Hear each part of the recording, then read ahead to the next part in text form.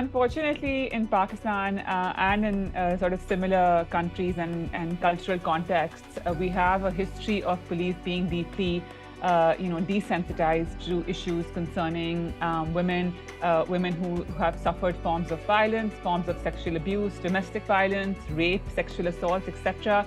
And that's a result of, I would say, a couple of things. First, like most law enforcement agencies around the world, civilian police forces in Pakistan as well, their institutional culture is a culture that is deeply misogynistic, that is deeply sexist. And that is, a product of, I would say, police forces and policing being a typically male-dominated profession. So even if we see in the case of Pakistan, I think it's less than 2% of women that are represented, in police forces and civilian police departments in Pakistan. So there's a low level of representation of women in the police, which basically, in short, it conveys and it indicates that this is a very male-dominated profession. It's a bit of a boys' club. What that essentially means is that, no matter how sort of we see changes in time or changes in political setups or governments, whatever it is, we see sort of forms of misogyny and sexism being institutionally reproduced within police departments in Pakistan, and that is essentially what we know as institutional misogyny and institutional sexism.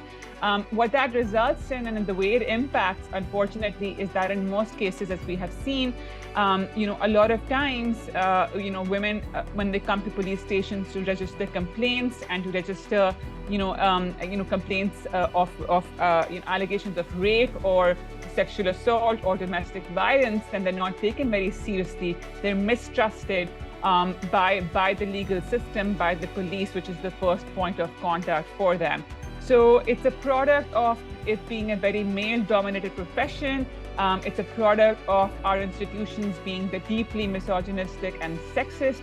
And it's a product of female victims not being taken seriously by police departments and officers. So that's a great question. I think, the police are, in fact, a mirror of society. Unfortunately, whether we look at politicians, whether we look at our sort of society more generally, there is this tendency to not believe women when they complain about rape, when they when they complain about domestic abuse, sexual assault. They're not taken seriously. There's a lot of victim blaming that happens. There's a lot of victim shaming that happens. And as you rightly said, in the motorway rape incident, we did see very quickly the top cop of Lahore essentially blaming the victim for being out at that time, etc. And it's a typical response that we see within police departments and within sort of political spheres and also sort of social groups and family structures as well. That it's a deeply structural problem. And sexism does run very deeply, and misogyny does run very deeply across institutions and across structures in Pakistan. So the police are no different, and that's why you see, on one hand, rape victims and victims of sexual assaults not being taken seriously, and then on the other hand, they're also seen as these vulnerable groups that are the easy targets and easy prey for police officers themselves. So, for instance, we've seen in Sindh, for example, where I've carried out my research, there was a very infamous police unit, the CIA, which was essentially used, to politically victimize the PPP in the 90s, and we have, horror stories of how allies and friends, female allies of Benazir Bhutto, who were sexually assaulted by this particularly infamous and notorious police unit in Sindh. And then more recently in Punjab, you've got the example of the Lahore top cop victim blaming in the case of the motorway rape incident. But then also we have from 2018, a policeman who was charged for raping a minor in Dera Ghazi Khan, and then in 2019 we have an ASI who was charged for raping a woman in Bahawalpur. So we've got numerous examples, both from Sindh, both from Punjab, across Pakistan, of women either being, treated as easy prey, easy targets when they're in custody, and then also of not being taken seriously when they do come and complain to the police, which is, again, as I said, the first point of contact for them. to the criminal justice system? So that's a very good question, and I think it's there are multiple sort of ways in which the police in Pakistan are trying to sort of sensitize the police in terms of how they respond to victims of abuse, female victims of abuse, victims who are sort of victims of rape, sexual assault, sexual violence.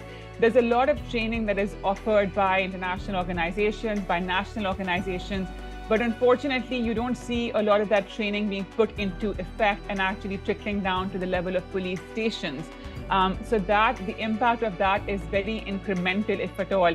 But the other thing that I do feel, will be very useful, especially in the current context, is that we've seen a number of examples of resources being deployed for women police stations, for gender protection units, for rape investigation units, for improving investigations of rape victims within police stations, resources being allocated to helplines that women can call in the case of domestic abuse and violence. What we need to see in the current context is whether these existing mechanisms and whether this existing apparatus is actually put to use, and whether these allegations that we're seeing today of women being mistreated or assaulted in police custody in the current environment, whether those resources are deployed to investigate those claims and take those claims seriously. Because I know that there is a lot of disinformation that's playing around. The police are quite, not taking these complaints very seriously. There's been a lot of pushback, and we're seeing law enforcement agencies coming and saying that these are fake news, these are fake reports. At the same time, these are incidents that have to be investigated. The number of reports and stories that we're seeing, they have to be, no matter whether a police officer's personal view is that these are fake news reports and fake stories, they need to be investigated. And there are clearly mechanisms and units in place to carry out those investigations and take those reports seriously, because if they will not be taken seriously, then the police will not be sensitized to these issues. What I think really needs to happen is that there have to be mechanisms in place outside of law enforcement structures. So there have to be more investments that the state makes and governments make to civil society organizations. Because as we know historically in Pakistan, women they do not trust the police. The police generally lack as we were talking earlier, they lack legitimacy.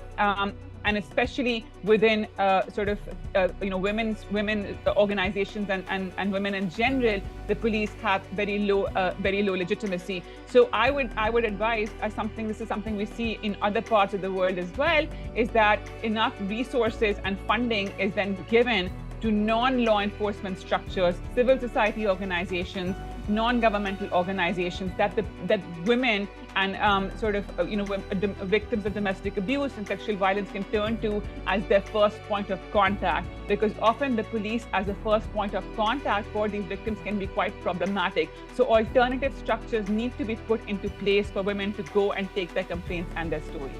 So I would say on the one hand, what police departments in other countries do try and do is that first of all, they increase the representation of female officers in police departments and police forces.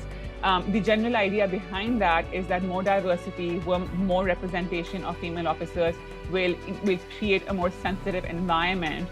And then, the presence of female officers will make women who have been victimized more comfortable in reporting their complaints to the police.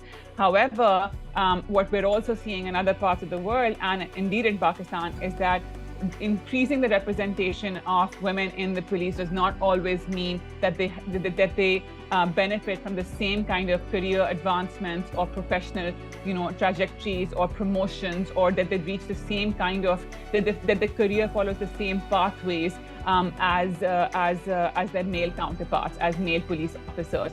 So often what does happen is that there's a problem of retention. So while we're seeing also in the police that efforts in Pakistan that efforts are being made to increase the number of women that are recruited into police forces, having retention is not the same. So having them providing them with the same set of career opportunities, and then also creating a safe space for female police officers, because what often happens is that women police officers in Pakistan, in the UK, in other parts of the world, they often face misogyny on the job. They face sexual discrimination on the job. They face sexual harassment on the job.